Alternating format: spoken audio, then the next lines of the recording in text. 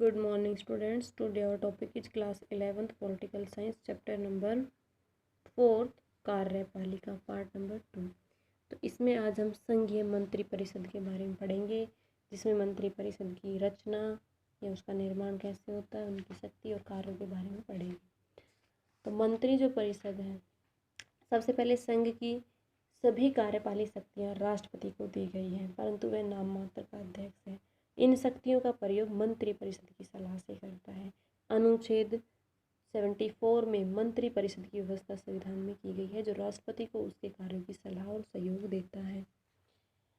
संसद के 42वें या 44वें संवैधानिक संशोधन ने स्पष्ट कर दिया है कि राष्ट्रपति मंत्री परिषद की सलाह मानने के लिए बाध्य है, उसके बगैर वो नहीं कर सकता कोई भी कार्य।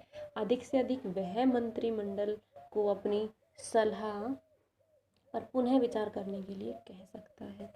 मंत्री परिषद का निर्माण किस तरीके से होता है? सर्वप्रथम राष्ट्रपति प्रधानमंत्री की नियुक्ति करता है।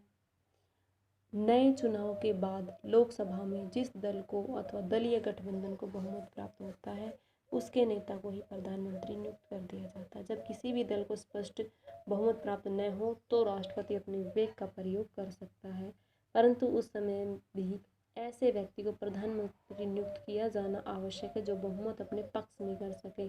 जैसा सितंबर-अक्टूबर 1999 में लोकसभा के चुनाव में किसी भी दल को बहुमत प्राप्त न होने की स्थिति में राष्ट्रपति ने 24 संवैधानिक दलों के गठबंधन द्वारा निर्वाचित नेता श्री अटल बिहारी वाजपेयी को प्रधानमंत्री नियुक्त किया था और उसे अपना मंत्रिमंडल निर्माण करने को कहा था। अन्य मंत्रियों की नियुक्ति राष्ट्रपति प्रधानमंत्री की सलाह से करता है। वास्तव में प्रधानमंत्री अन्य मंत्रियों की सूची राष्ट्रपति को देता है और राष्ट्रपति उसी के अनुसार मंत्रियों की नियुक्ति करता है। वह इसमें अपनी इच्छा से कोई परिवर्तन नहीं कर सकता है, तो वह अपने पद पर भी नहीं, यानी कि मंत्री बनने के योग्य निश्चित योग्यता रखता है वो, तो 6 महीने के अंदर अंदर उसे संसद के किसी भी सदन का सदस्य बनना चाहिए, नहीं तो वह उसके पद पे नहीं रह सकता है। राष्ट्रपति मंत्रियों के विभागों का बंटवारा प्रधानमंत्री की सलाह के अनुसार करता है। मंत्रियों की विभिन्न श्रेणियों में बांटा गया है, तो वे 4 श्रेणी है: कैबिनेट मंत्री, राज्य मंत्री, उपमंत्री और संसदीय सचिव। कैबिनेट जो मंत्री सबसे महत्वपूर्ण मंत्री होते हैं, वे विभागों के अध्यक्ष होते हैं और मंत्रिमंडल इनसे मिलकर ही बनता है। मंत्रिमंडल की बैठक में ये भाग लेते हैं और सभी निर्णय मंत्रिमंडल करता है। मंत्री परिषद नहीं, राज्य मंत्री कैबिनेट मंत्री की सहायता के लिए नियुक्त किए जाते हैं, लेकिन राज्य मंत्री को किसी भी विभाग का स्वतंत्र रूप से देखने का अधिकार भी दिया जा सकता है। वे मंत्रिमंडल के सदस्य नहीं होते, परंतु आवश्यकता पड़ने पर भी किसी भी राज्य मंत्री को मंत्रिमंडल की बैठक में आमंत्रित किया जा सकता है। उपमंत्री किसी विभाग के अध्यक्ष नहीं बनाए जाते हैं, वे तो मंत्री या राज्य मंत्रियों की सहायता के लिए ही नियुक्त किए जाते हैं। संसदीय सचिव मंत्रियों की संसदीय कार्यों की सहायता के लिए नियुक्त किए जाते हैं। वास्तव में वे मंत्री परिषद में सदस्य नहीं होते, उनकी नियुक्ति राष्ट्रपति नहीं करता बल्कि प्रधानमंत्री करता है और प्रधानमंत्री ही उनके अपने पद की शपथ दिलाता है। मंत्री परिषद का जो कार्यालय होता है वो कोई निश्चित टाइम उसका नहीं होता है। संविधान में ऐसा कहा गया कि राष्ट्रपति के पर्यंत अपने पद पर बने रहते हैं अपने परंतु वास्तव में वे उस समय तक अपने पद पर बने रहते हैं जब तक कि लोकसभा का बहुमत उनके साथ है। यदि लोकसभा मंत्रिमंडल के विरुद्ध अविश्वास प्रस्ताव पास कर दे तो मंत्रिमंडल को त्यागपत्र देना पड़ता है। जैसे 7 नवंबर 1990 को लोकसभा में पी.वी. सिंह मंत्रिमंडल के विरुद्ध अविश्वास प्रस्ताव पारित किया गया था।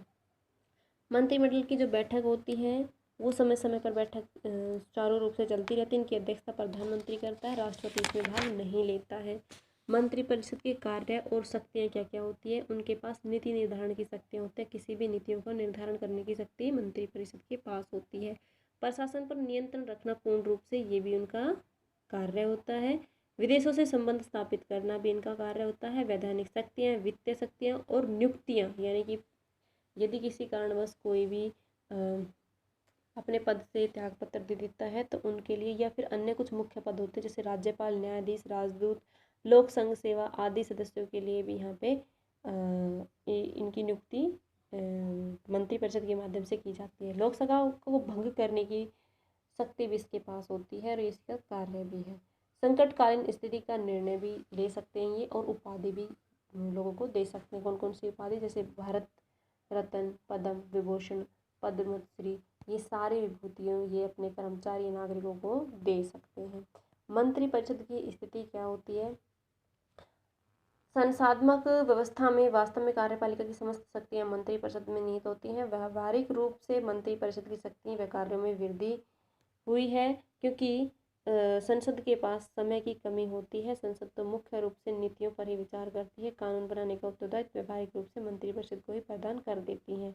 इसी प्रकार अधिकांश जो प्रस्ताव होते हैं सरकारी प्रस्ताव होते हैं, जिन्हें मंत्री ही प्रस्तावित करते हैं। इन शक्तियों के अलावा आपातकालीन स्थिति को लागू करवाने की शक्ति और लोकसभा भंग कराने की शक्ति मंत्रिपरिषद की स्थिति को मजबूत बना देती है। और लेकिन यहाँ पे मंत्रिपरिषद भले ही कितने भी शक्तिशाली क्यों न हो, उस पर संसदीय नियंत्रण सदैव बना रहता है। कोई भी मंत्रिपरिषद संसद की अनदेखी नहीं कर सकती है, विशेषकर लोकसभा की। यदि कोई मंत्रिपरिषद संसद की अवहेलना करती है तो उसके विरुद्ध लोकसभा अविश्वास प्रस्ताव पारित करके मंत्रिपरिषद को हटा भी सकती है। इसके अलावा लोकतांत्रिक व्यवस्था में मंत्रिपरिषद तानाशाही नहीं बन सकती है, क्योंकि संसद के अतिरिक्त न्यायपालिका व जनता का दबाव भी रहता है, जिसकी अनदेखी या उपेक्षा करना आत्महत्या के समान होता है। तो ये टॉपिक मंत्रिपरिषद का बेटा आज आपको कंप्लीट करना होगा। नेक्स्ट टॉपिक हम मंत्रिमंडल का करेंगे, या फिर मैं आज ही इनको करा देती हूँ आपको, क्योंकि पॉइंट में बता देती हूँ, एक्सप्लेनेशन आप इसमें से पढ़ लेंगे डिटेल में। तो मंत्रिमंडल की यहाँ पे मुख्य विशेषताएं क्या होती है? तो भारत में संसदीय प्रणाली अपनाई गई है, जिसे मंत्रिमंडल प्रणाली भी कहा जाता है, क्योंकि इसमें शासन की शक्तियाँ मंत्रिमंडल के हाथ में होती हैं। राष्ट्रपति अपनी शक्तियों का प्रयोग मंत्रिमंडल की सलाह पर ही करता है। मंत्रिमंडल संसद के प्रति प्रत्यक्ष रूप से उत्तरदायी होता है। तो इसकी विशेषताएं हैं, राष्ट्रपति तो नाम मात्र का अध्यक्ष होता है, क्योंकि इसके मंत्रिमंडल के आदेश पे कार्य करता है। मंत्रिमंडल और संसद में घनिष्ठता होती है, इनमें आपसी संबंध बना हुआ होता है। राजनीतिक एकता को बनाए ये रखते हैं। मंत्रिमंडल जो होते हैं प्रधानमंत्री का नेतृत्व करते हैं, मंत्रियों को उत्तरदायित्व निभाते हैं। मंत्रिमंडल की समितियां ये बना सकते हैं। कैबिनेट संसद को ये भंग भी करवा सकते हैं। और यदि टाइम पर बैठक नहीं होती है किसी कारणवश, तो ये उसके लिए टाइम भी बता के बैठकें करा सकते हैं। अब हमारा नेक्स्ट टॉपिक होगा प्रधानमंत्री। प्रधानमंत्री की नियुक्ति कैसे की जाती है, क्या योग्यता होनी चाहिए, उसकी शक्ति क्या होते हैं, कार्य क्या होते हैं, ये करेंगे हम नेक्स्ट डे। आज के लिए आपको इस मंत्रिपरिषद का टॉपिक कंप्लीट लर्न करना है, और आपको ये नोटबुक में एक शॉर्ट की टाइप में आपको नोट भी करना होगा। Thank you student.